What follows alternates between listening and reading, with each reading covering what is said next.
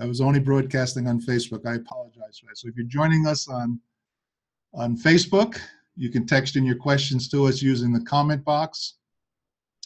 Or if you're joining us through the BibleQuest.org app, you can use the Q&A window. In fact, I suggest you have the Q&A window up as we're going through the material today. I'm a little choppy here. You notice I didn't have the broadcast going right away. And that's because there's a little change up in the show today.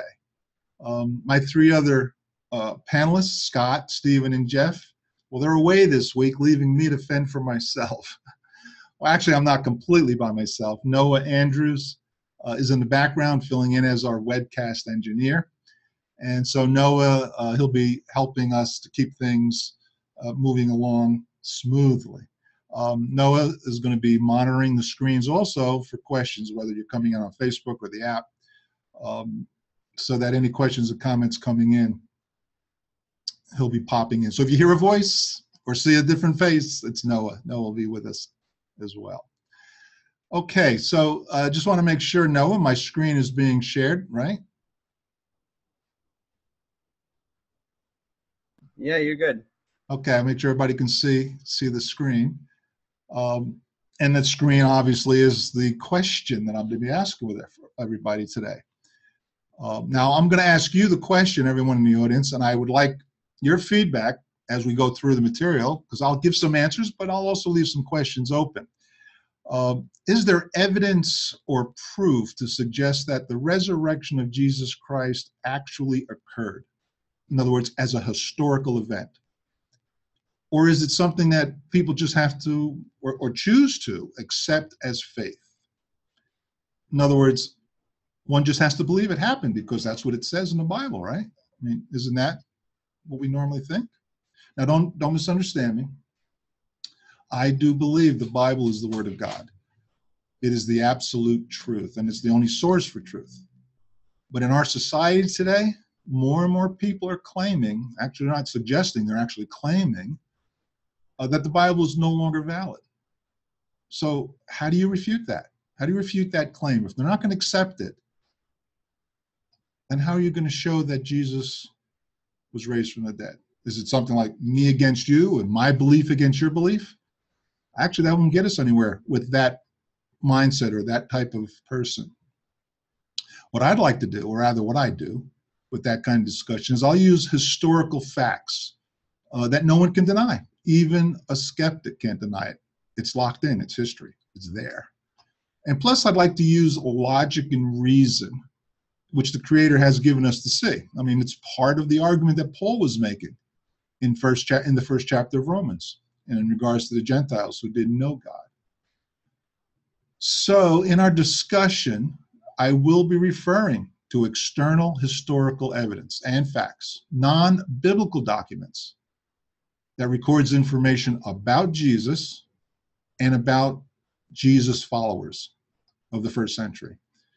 I'm talking about actual documentation from Roman historians living in their times back then. I'll also be presenting some information from at least one contemporary historian and scholar.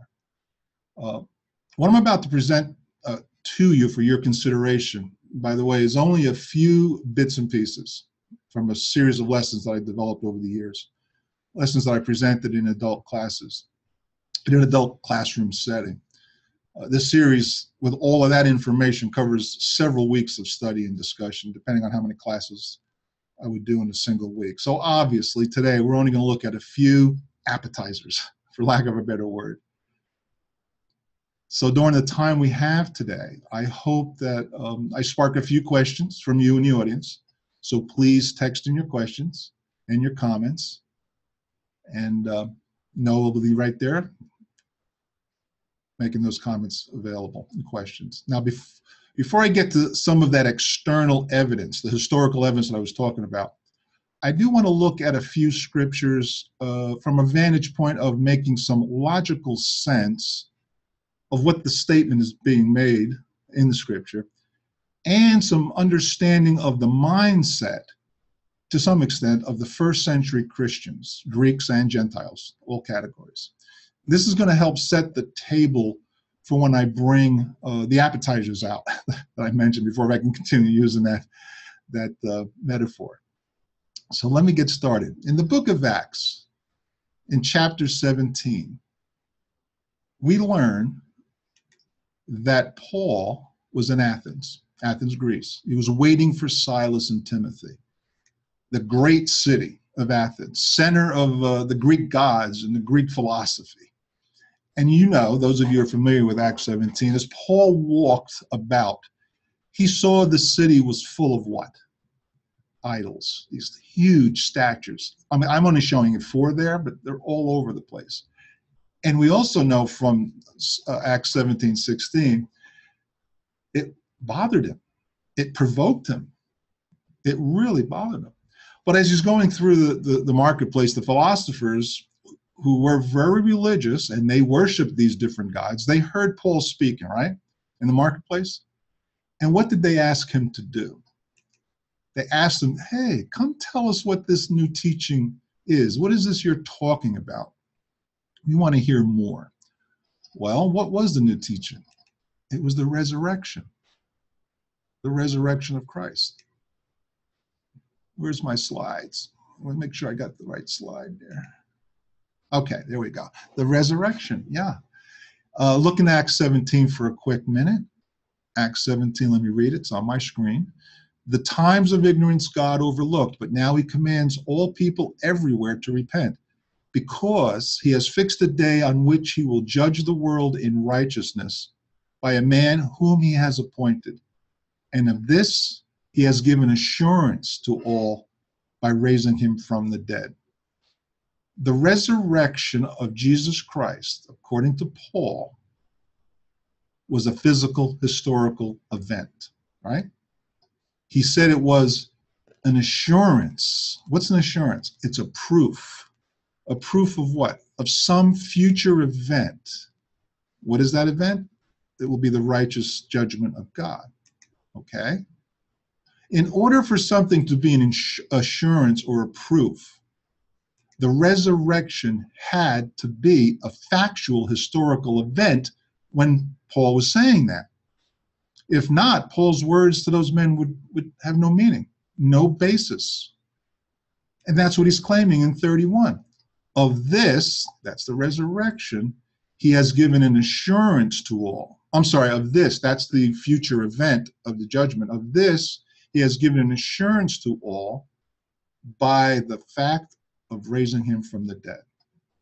He was saying that by the historical fact of Jesus' resurrection, you philosophers, you can be assured that God's judgment will come. You can see the resurrection because there's proof that they're living among the people who saw him. They can go and check it out. That's the fact. But because of that fact, the judgment that's going to be coming in the future, you can't see it, but you can be sure of it. You see the point I'm trying to make? In fact, Peter, he adds more information to the story too. Over in 1 Peter, he says, who through him are believers in God, who raised him from the dead and gave him glory, so that your faith and hope are in God. Notice what Peter's saying. He says their faith is not that they hope the resurrection happened, that resurrection of Christ. No, look at the chronology of what he's saying. He said he raised him from the dead and gave him glory so that your faith and hope are in God. Do you see that? You see what I'm saying? Again, I'm not using this to prove the resurrection happened. I'm using this logically and using logic and reason from the mindset and point of view that they are speaking in the way Paul and Peter's writing. He's saying, Peter's saying, you didn't have faith in the resurrection. No, that was an event that they saw and they knew happened. That was a fact in their world. Their faith in God came from that fact. Faith in God who they can't see. The resurrection they saw. God they can't. But because of that resurrection, because of that event, they can have faith and hope. And then Paul adds this in 1 Corinthians. And if Christ has not been raised, then our preaching is in vain, and your faith is in vain. their faith in what is in vain? What would be in vain? Would it be their faith in the resurrection? No, no. Their faith in God would be in vain if the resurrection did not actually happen. See the point? In fact, Paul said he would be a liar in verse 15 if there was no resurrection from the dead. We are even found to be misrepresenting God because we testified about God that he raised Christ, which means that if Paul, he's saying it there, you can't trust me if this didn't happen, which means you can't trust his word on anything he said. You couldn't even trust the Bible. He wrote, what, 14, 15 of the letters? If the resurrection of Christ did not happen. I got too many screens here. Forgive me for a minute second there, Noah. Okay. Now, the point I want to make here is that, I told you I got too many screens. The point I want to make is that these three passages, Acts 17, 1 Peter 1, and 1 Corinthians 15, they claim that this event, the resurrection of Jesus Christ, was an actual historical event. Therefore, by its own nature, this event is powerful, the resurrection. You and I know that. Those of us that believe and recognize who Jesus Christ is know that. But the event is so powerful that it can change people's lives. The Apostle Paul warned that the judgment of God is coming, right? I mean, that's what he told those men on Mars Hill. And that judgment cannot be prevented. It can't be stopped by anyone. That's why it's so important to know that we can avoid that coming wrath only by the fact of the resurrection of Jesus Christ. Therefore, we need to know the facts surrounding the crucifixion and facts surrounding the resurrection. So let's first consider the execution. The fact of the matter is that crucifixion was not just a means of torture, just a means of killing someone, although that's what it did, and as horrible as it was, you realize that it's much more than that, way more than that. It was about destroying the man that hung on that cross as a human being, destroying his reputation, destroying him morally, physically, and humiliating him beyond measure. The idea was to make him look like dirt in order to make a show out of this torture. And in the process, no one who sees him hanging up on that cross would want to consider doing anything that would put themselves on that Roman cross. Rome invented this crucifixion and this execution for that purpose. The question I have is, did Rome succeed in destroying Jesus' reputation? Have you ever thought of that? Did Rome succeed in destroying his reputation? I'm going to be so bold and say, yes, they did. They did succeed in destroying his reputation. In fact, we have physical, historical evidence that proves that not only was Jesus crucified, we have biblical evidence. I'm looking for evidence for the skeptic who says, you can't believe and trust the Bible. I'm looking for evidence that we could communicate and have a conversation with them. We have physical, historical evidence that proves he was actually crucified and that his reputation was indeed destroyed. Now, I'm not talking about proving with this physical evidence his resurrection yet. I'm talking about the fact of the crucifixion. Have you ever heard of the Alexamenos graffito? If you're in the audience and you have your text windows open or you're on Facebook, have you ever heard that? Yes or no? That's all I'm looking for. I want to see how many people heard it. Have you ever heard of the Alexamenos graffito? I'll start giving you some information. It's discovered in 1857. And it was an inscription, as you can see here on the slide, carved in plaster. It was on a wall. This plaster was on a wall near something called the Palatine Hill in Rome. Now it resides today, to this very day, in the Palatine Antiquarian Museum. And most historians, they dated around 200 AD. Think about that one. This makes this object the earliest surviving physical depiction of Jesus upon a cross. I mean, we have a lot of paintings today. We've got statues with Jesus on the cross. You know, people that paint these beautiful works of art, early 1500s and later. But this one goes back to the 200s. Now, the difference, though, between modern depictions of Jesus, this one is not a religious icon meant to elicit awe or worship. No, the inscription on this icon says, where is it? There it is. Alexamenos worships his God. This graffiti is a mockery of Alexamenos, if I'm saying his Greek name right, Alexamenos. He's an ancient Christian. And it's a mockery not only of Alexamenos, it's also a mockery of God. Who would die? What God would die a shameful death as a criminal on a cross?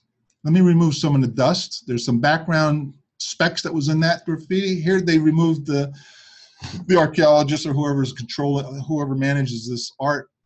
They removed out all of that noise in the background, and so you can see now what the art looked like when it was first done. It's meant to mock. Notice the donkey's head on that creature that's hanging on the cross. That donkey's head, that horses or donkey's head is meant to be a mockery. And the point was saying, look at this idiot, Alexamenos. Look what kind of God this idiot has, who he worships. Yeah, Gentiles, they worship the sun god. Why? Because they believe the sun god gave them warmth, or the god of harvest. They believe that the god of harvest gave them food and fertility. But God, your God on a cross, that was unthinkable. That was foolishness. Jesus' reputation was clearly destroyed in the eyes of the Gentiles. In the wisdom of the world, crucifixion was proof that there's no way this man can be anyone of importance, of any value whatsoever. This is hard for us to understand, but that's what was going on in the first several centuries. Crucifixion meant you're nobody. As Jesus hung on that cross, there was no way to think that he was sent from God or that God was with him. It's really hard for us to have a sense of that culture or that mindset of the Gentiles and the Jews towards this act of execution. As he hung on that cross, really, the whole world looked at him in shame. He was an embarrassment. I mean, do you remember, to the Jew, what was to the Jew? Cursed be anyone who hangs on the cross. That was in Deuteronomy. That was their law. They also looked at it that way. But to the Gentile, it was foolishness. It was despicable. Let me ask this question. How many of you in the audience can tell me how many crucifixions Rome performed during its time as a world empire? We really don't know, but there were hundreds, many. Out of those hundreds, and there probably could have been more, thousands, we don't know. And the reason we don't know is how many names of other men did history record that were crucified? None, not one. Rome was extremely successful. Crucifixion accomplished what it was intended to do.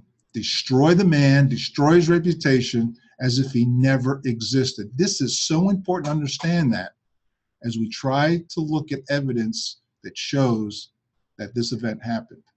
The mindset was, this man, he was dirt, he was garbage, not worthy of living. What turned it around for Jesus as opposed to those other hundreds and hundreds of guys that were crucified? What turned it around for him? Only one thing that I think of is resurrection. The fact that Jesus Christ's name didn't disappear into oblivion like all those others makes no sense at all if he didn't in fact rise from the grave. When they found that empty tomb, that changed everything. You know, when over 500 eyewitnesses at one time saw him walking on the earth after the crucifixion, that changed everything. I want you to meet somebody here. I want you to meet this historian. He's an Old Testament scholar, still living today. Pinchas Lapid. He's a modern-day Jew who, in fact, doesn't care for Christianity that much. But I want to read a couple of quotes from him. He said, "I accept the resurrection, not as an invention of the community of disciples, but as a historical event. If the resurrection of Jesus from the dead on that Easter Sunday were a public event which had been made known, not only to the 530 Jewish witnesses, but to the entire population, all Jews would have become followers of Jesus." Is that an amazing statement? He said that he's glad that after the resurrection, that there were only 530 witnesses. Now, we can decide where he came up with that number. We know that at one time, 500 witnesses saw Jesus, over 500. But anyway, he's saying not more than five. I'm glad it was only 530, because otherwise there'd be no room for Judaism in the first century. He also then goes on to say, if the defeated and depressed group of disciples overnight could change into a victorious movement of faith based only on autosuggestion or self-deception without a fundamental faith experience, then this would be a much greater miracle than the resurrection itself. A much greater miracle than the resurrection itself. Now, these quotes, they tell you something about the nature of the physical evidence that has to exist that men can say this about concerning the resurrection of Christ. Let's look at some conditions, though, during the time when this event took place. The idea of a physical bodily resurrection was something that people of that day were not ready to believe or accept. It was hard to accept. What I'm talking about is a reversal of death. That's what was hard to accept, a reversal of death. For the Gentiles, the concept of reversal of death was so hard to swallow. It was so perversive at that time that even Gentile Christians had a hard time with it. Do you realize that? Gentile Christians had a hard time with the concept of a physical, personal, bodily resurrection. What did Paul say in verse 12 of 1 Corinthians 15? Now, if Christ is proclaimed as raised from the dead, how can some of you say that there is no resurrection of the dead? I don't know about you, but in the past, I had a hard time making sense on how could Christians say there's no resurrection? I mean, you and I today would never say that, right? They knew Jesus was raised, didn't they? Yeah. But for some reason, reversal of death for everyone else, personally, was not an option in their mind. They didn't know how to treat that for themselves. And since Paul is writing about this issue in the whole chapter, this implies that their position of not accepting a personal bodily resurrection from the dead was very strong among them. Do you remember what happened when the women who found the tomb empty on that third day? They ran back to tell the apostles, he's alive, the master's come back from the dead. I mean, that's basically what they said, right? How did they take it? They didn't believe it. That's impossible. I don't know if you realize, but that's what they're saying. Luke 24:10. Now it was Mary Magdalene and Joanna and Mary, the mother of James, and other women with them who told these things to the apostles, that the tomb was empty. But these words seemed to them as an idle tale, and they did not believe them. I read right through that so many times and just go through it and not realize, you know what? They had a hard time with this, didn't they? Look at Peter in the next verse. But Peter rose and ran to the tomb, stooping and looking in. He saw the linen clothes by themselves, and he went home marveling at what happened. That word marveling. He went home in shock. How could this be? How could this happen? There had to be. They didn't believe it. They were having a hard time. We know they were having a hard time because even in Mark 16, I don't have this verse up, but in Mark 16:14, what was Jesus doing? He was rebuking his very own apostles for not believing he reversed death. Even after those others that saw him, they already saw him on the road, and they told him. No, Jesus had to show them convincing proof it was he who returned from the grave. Why were they having such a hard time to accept this? Because returning from the grave, reversing death, coming back to life, was an impossible concept for them to accept. That's why it was so important for Paul to point out to the Corinthians, there were over 500 people who saw him at once. The majority of them, he said, what was that, in 1 Corinthians? Yeah, the majority of them, they're still alive. What does that mean, they're still alive? It means, as a Corinthian, I could go out and see who they are. I can go talk to them and meet them and hear the stories that they said, they're telling about what it was like seeing Jesus after his death. But notice again, this is a foreign idea of resurrection, reversal of death, for everyone during that time. When Paul was preaching Jesus raised from the dead to the philosophers, he was mocked, right? Acts 17. And when he was speaking about Jesus to King Agrippa, Festus, the governor in Judea, stood up and said, Paul, you're crazy. And when did he say that? When he got to the point about Jesus being raised from the dead. My point is this, that it was extremely hard for all Gentiles, Christian Gentiles and others, to grasp the concept of reversing death. It went against their worldview. Now, I said all of that, put emphasis on their mindset to help us understand this. In spite of the fact that this concept went against their worldview, immediately after Jesus' resurrection, as if out of nowhere, this new and powerful religious movement exploded on the scene, starting from Judea. Christianity did gradually evolve over hundreds of years, which modern critics try to suggest today. We have external evidence of the fact that it didn't evolve over hundreds of years. And keep that in mind, because that's who I'm talking to. I'm talking to the skeptic.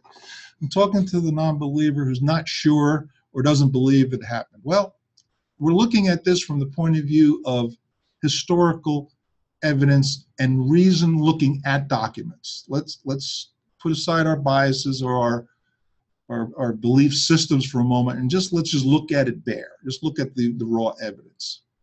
Because we have external evidence that this did not evolve over hundreds of years. Have you ever heard, and I'm sure you have, I'm sure some of you had heard of Cornelius Tacitus, right? Tacitus was a Roman senator, an orator, a great historian. Well, notice when he was living, slide says, between 56 and 120 AD. In his book, he wrote a book called The Annals of Imperial Rome. Everybody can read it. You go on the internet and just search for it. Go to Google, search for it. You can actually read what he says. There's a lot of stuff. I'm not going to look at everything he's written, but I want to look at a few key points that he wrote. He wrote about the 6-day fire of Rome. It happened in July 64, I was going to say 1964, 64 AD. And he mentions how Nero gave government support and help to those people who became homeless because of the result of this fire. And he was offering to help to rebuild the devastated city. However, at that time, there were rumors spreading around, and we've heard of these rumors too, that Nero was the one responsible for that fire. And so to divert attention away from himself, Nero accused the Christians of starting the fire and began persecuting them. And this was the major confrontation that started between Christians and the authorities of Rome. Nero's the guy who started it. And we know that this happened because Tacitus wrote about this in his history book. Let me read the quote. Consequently, to get rid of the report, Nero fastened the guilt and inflicted the most exquisite tortures on a class hated for their abominations, called Christians by the populace. Tacitus identified that the origin of this movement was Christ. Christus, from whom the name had its origin, suffered the extreme penalty, that is crucifixion, during the reign of Tiberius at the hands of one of our procreators, Pontius Pilatus. He's identifying that the origin of this movement was Christ, and that and he documents that it was executed during the time frame of Tiberius. The scripture says that too. I mean, we know that. But here's a person who's not a Christian. In fact, there's no friend of Christianity. He wrote this down. He goes on to say, and a most mischievous superstition, thus checked for the moment, again broke out, not only in Judea, the first source of the evil, but even in Rome, where all things hideous and shameful shameful from every part of the world find their center and become popular. Guys, we are of those of the mischievous superstition. We're evil. This thing started in Judea. It was checked for a while, but then it popped up again, and it ended up all the way in Rome. So here's my question to you. I don't know if we got any answers from the other questions yet, but I guess I'm answering them as we're going along. Here's my question. Based on this historian, Tacitus, his records, how many years did it take to get this movement to the size that Tacitus claims it was? How many years? 30? He's writing about an event of the fire in 64, and he's writing the history about this. And notice what they were convicted for. Accordingly, an arrest was first made of all who pleaded guilty. Then upon their information, an immense multitude was convicted, not so much of the crime of firing the city, as of hatred against mankind. Not only is this evidence of the cruelties that first century Christians faced by the hand of Rome, this is hard evidence, number one, of the existence of Jesus Christ, and the fact that he was crucified, and that this new explosive movement called Christianity didn't evolve over hundreds of years. He's talking about what a multitude were convicted, and it expanded across the Roman Empire. So, what motivated those Christians? What was it that drastically changed their lives, which caused them to be hated to this level and led to their own execution? What could have done that? A belief that something happened? No, it had to be the bodily resurrection of Christ from the grave. And like I said before, this is all within 30 years of that event, not over 300 or 400 years of Christian evolution. Now, do you want more factual evidence? Here's another fellow. Where is he? There he is. Oh, did I leave that part out? Yeah, he also added, mockery of every sort was added to their deaths. Covered with the skins of beasts, they were torn by dogs and perished, or were nailed to crosses, or were doomed to the flames and burnt to serve as nightly illumination when daylight had expired. Now, this is facts that he's writing about. This is the other fellow I want to talk to you about, Lucian of Samosata. He lived in the 2nd century, 120 to 180 AD. He knows a lot about Christians.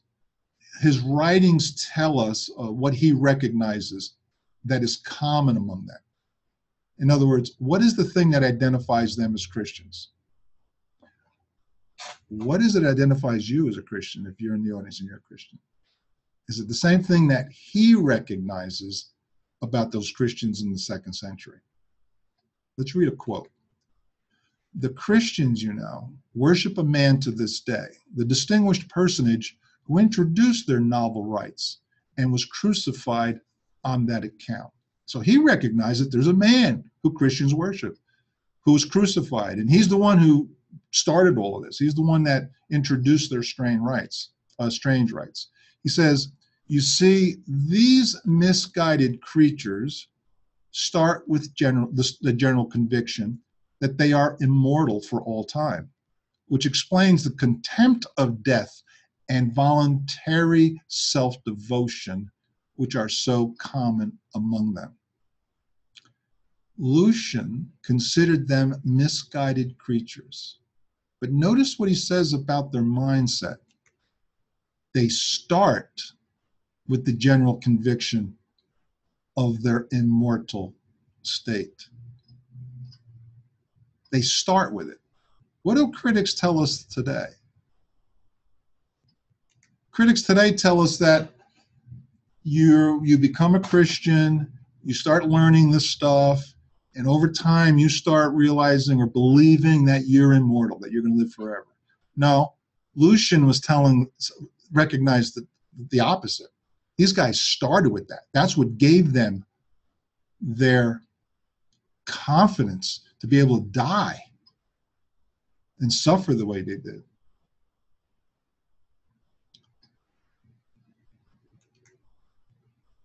Have you ever heard of this person, Perpetua? I want to close out this section here and then open it up for more. Anyone have questions? But have you ever heard of Perpetua? She lived in the she was born, I guess, in the born in the 2nd century, lived in the 2nd century. She's one of these Christians who Lucian was referring to. Misguided creatures, willing to just face death. This is a true story. And it's based on a diary that this woman wrote while she was in a Roman prison. She was 22 years old. She was a noblewoman, which means she was from a wealthy family, born in Carthage towards the end of the 2nd century.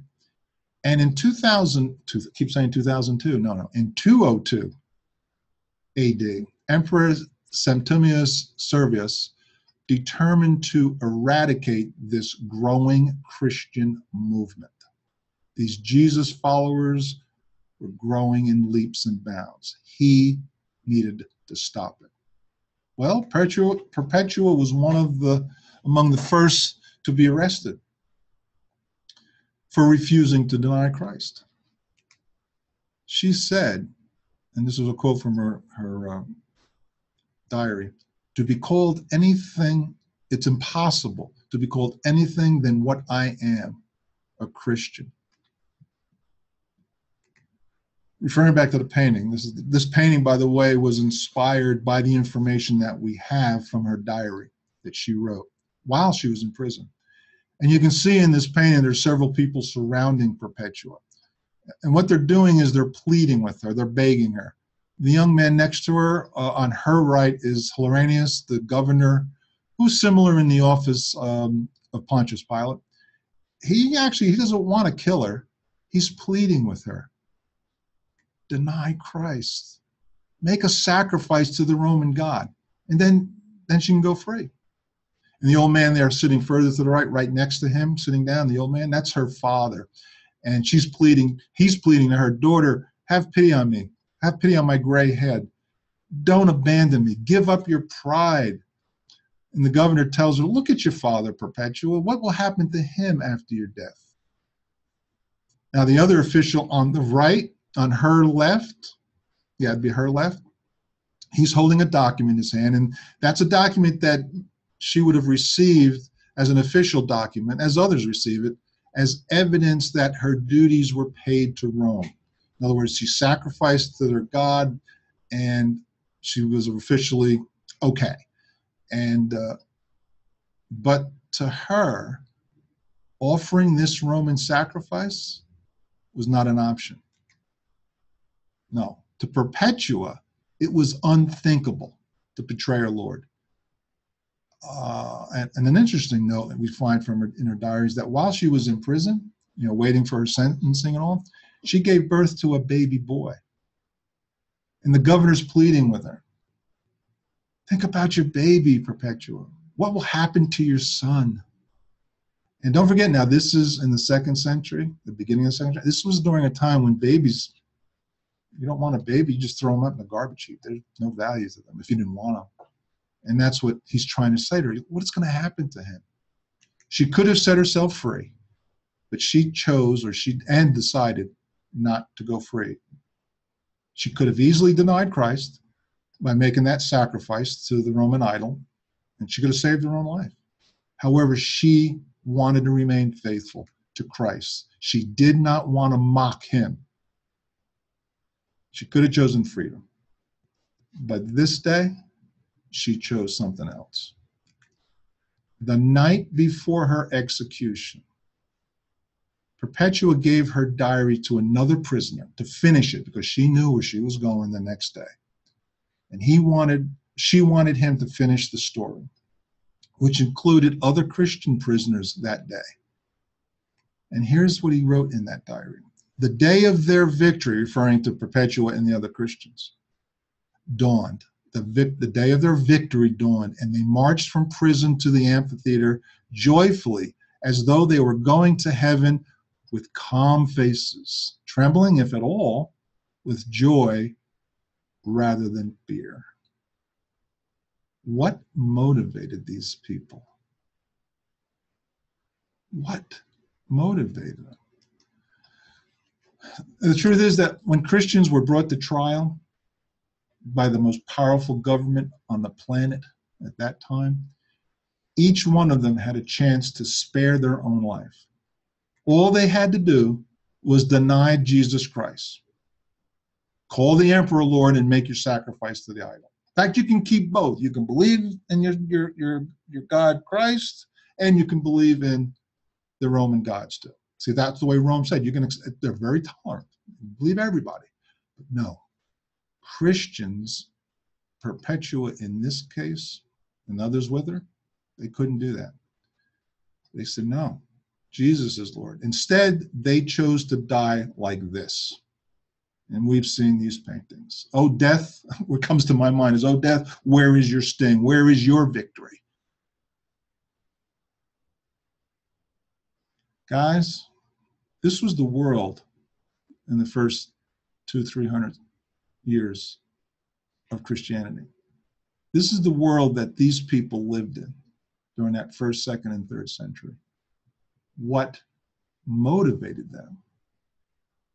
And we're not talking a few people. We're talking thousands of people. It's the resurrection. The factual event of the physical bodily resurrection of Christ is the only thing that could motivate people to that extent. His resurrection from the grave, which leads to what? And this is what they knew.